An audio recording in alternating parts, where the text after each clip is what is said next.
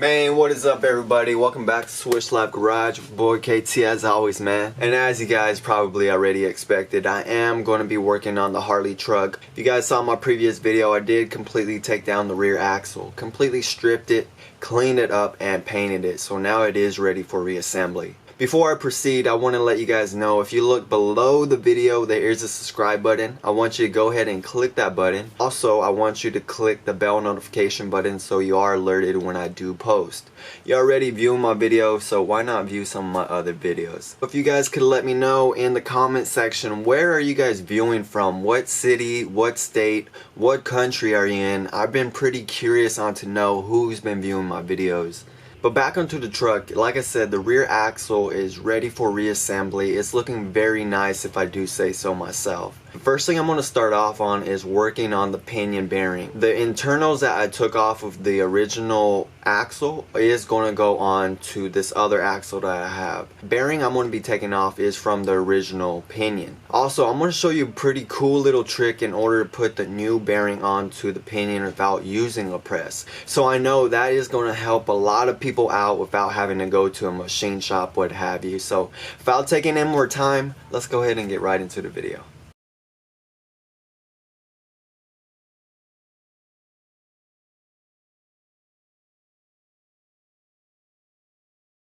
Here's the pinion here. I'm going to just take off the nut on the top, take off this little spacer here.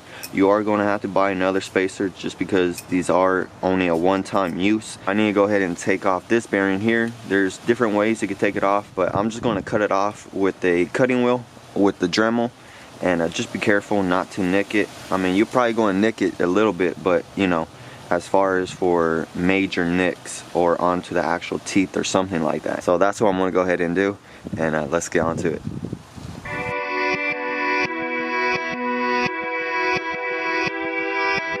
This is a Chuki beat production.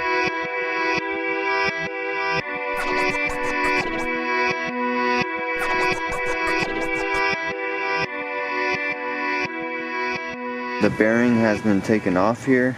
If you guys could see there on the bearing, I pretty much almost cut through it. It just releases enough pressure on the bearing, that tight fitment onto the pinion. So this is taken off. Now there is a shim on the pinion. I just took it off and cleaned it up, and I'm gonna leave it on there just so you don't forget it.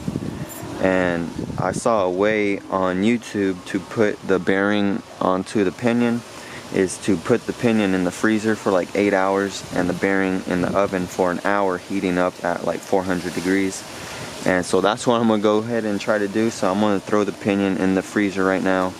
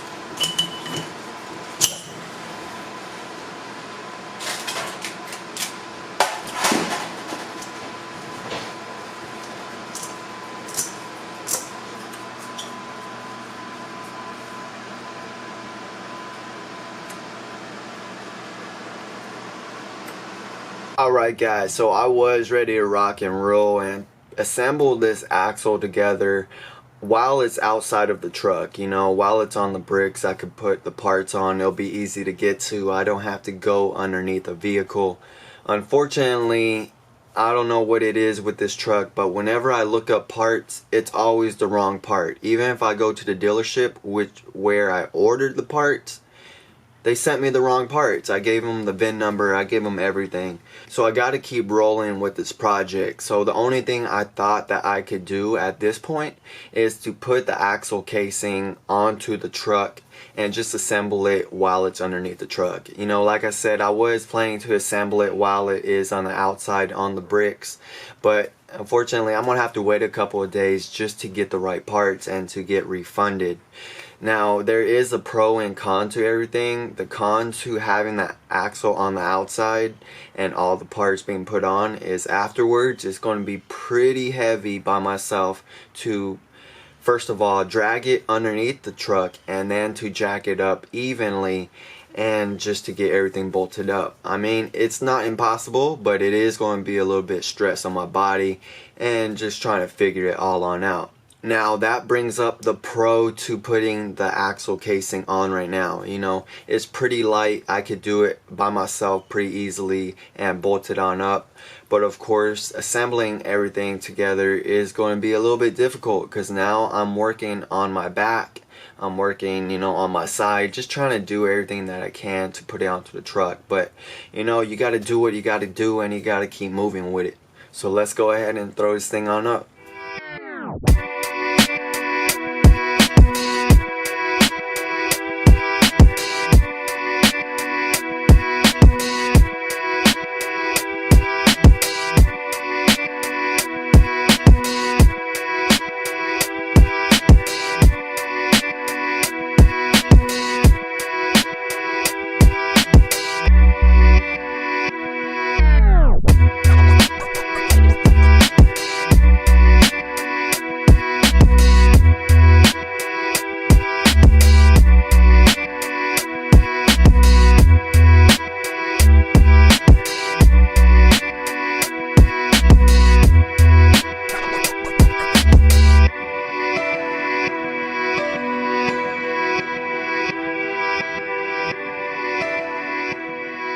So right here I have some new dust shields for the rear axle for the brake dust. They're from Dorman.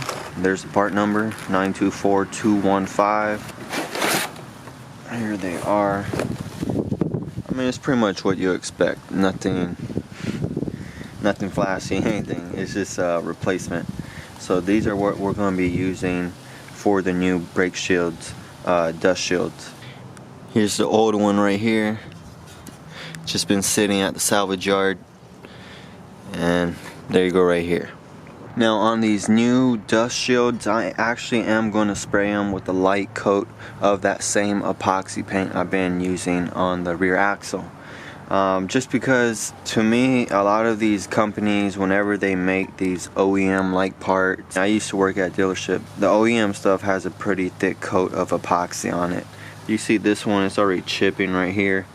I mean, it's on the outside underneath the vehicle. I know it's going to get hit and rusting here and there later on down the road, but I'm just trying to prevent what I can. I do have some 220 grit that I'm going to just lightly sand down, just scuff down these dust shields.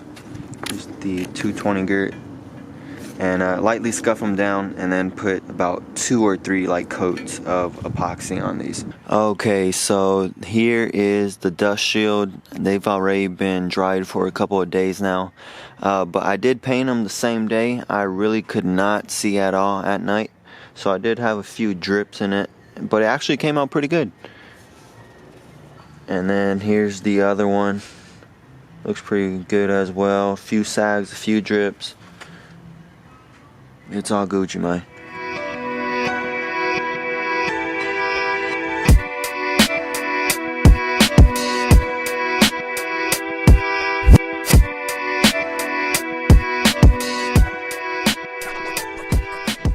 Right, you guys saw me cleaning up some of the parts, wire wheeling some of the parts. So now I laid everything out here to go ahead and reassemble. As far as for on the ends of the axle, so you got the caliper bracket, got the brake dust shield, got it bolted on, got to put on the rubber boots for the parking brake, got to assemble the parking brake. And so I'm going to go ahead and get started on this, and you guys see how everything goes back together. Alright, so right here we do have the caliper bracket, and the dust shield needs to get riveted back on. It doesn't necessarily have to get riveted back on, but I'm gonna go ahead and do it anyways. So here's some rivets that I got at 3/16 by 1/4. Got the new dust shield, and we do gotta go ahead and put on the rubber boot for the parking brake as well. So that'll go on right here. We want to make sure that the side with the rubber lip is on the upper portion, on the outermost portion, just because you see you have this little thin part and then you have this thicker part. So this one has a thin, it has the bottom right here, so you're going to put the thinner part on that side. So that one's just going to go just like that.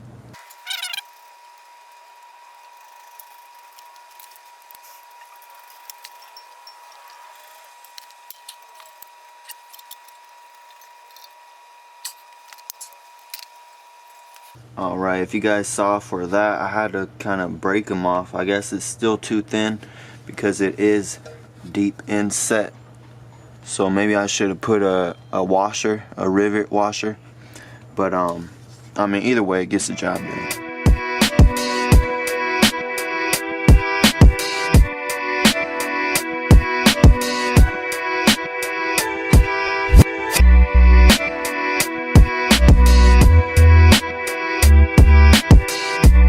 Alright, so next I'm going to put on the bracket for the brake hose, and this one is actually going to go this way, just on the back end. So the L is going to be facing up, it's just going to be put on like that, and then it'll be held on with a 10mm bolt.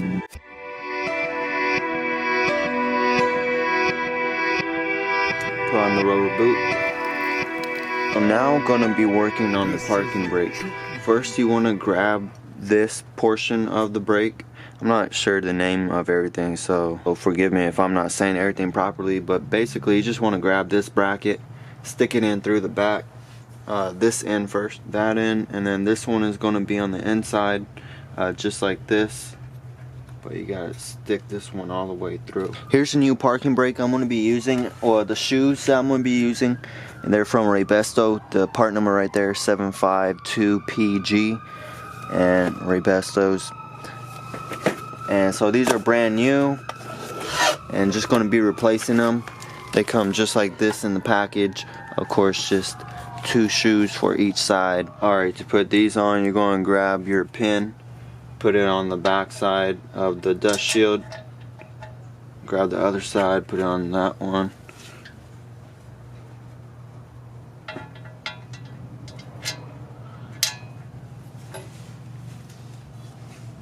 Put these through into the shoe right here, and then you gotta put the clip on for the shoe.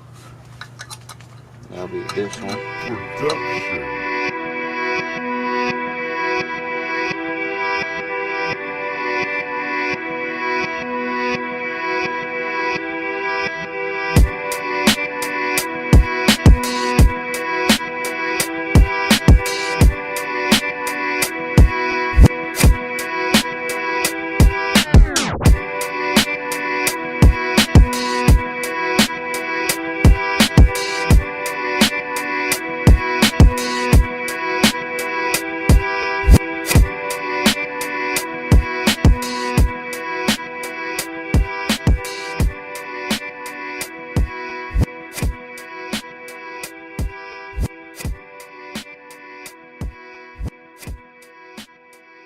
Alright, so I accidentally have one of the other pieces that was on this side. I guess when I was cleaning them, I kind of mixed up some of the parts.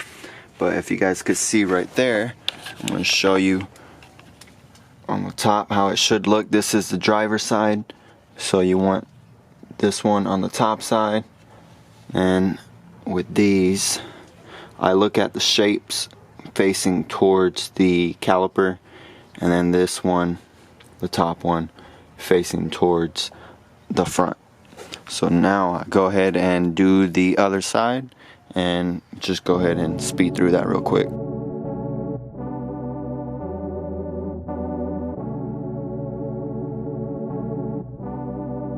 Chuki got the sauce, bitch.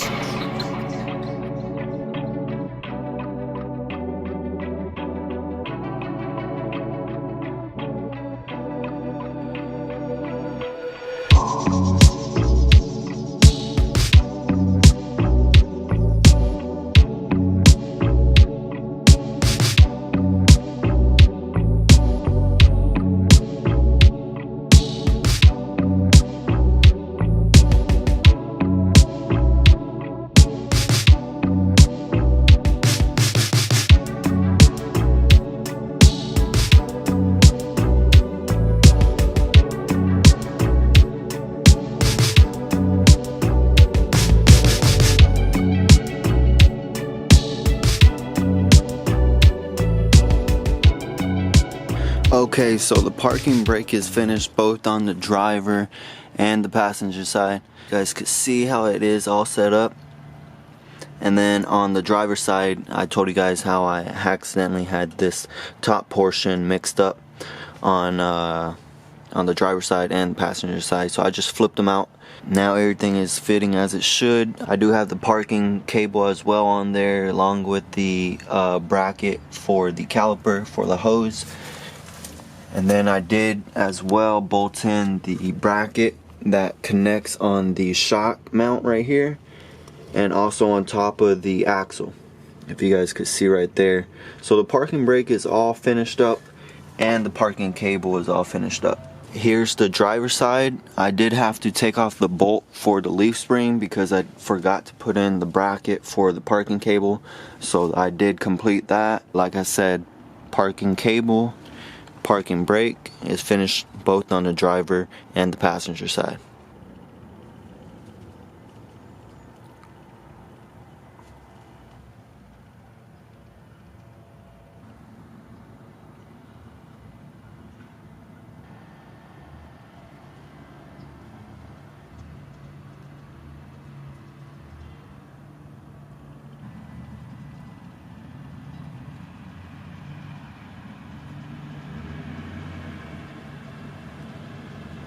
So you saw it, I did put the axle casing on up. I did put the new bearing onto the pinion with a very easy method on how to do it. And I got the parking brake installed on both the left and the right side. So it's looking pretty good, on a little bit progress made, and you're really seeing it start to really come together.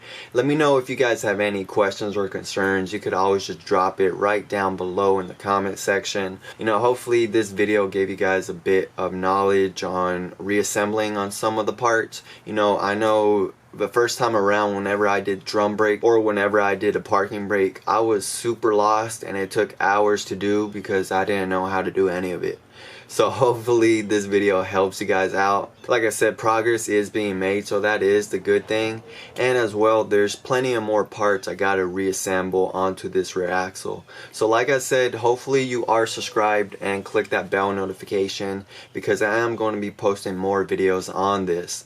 I do have other projects as well that I am working on, but of course, you know, priority first. Now I know this video is a bit lengthy, so I'm gonna have to end it right here, guys. I'm gonna have to catch you on the next video. Alright, catch you on the next one. Later.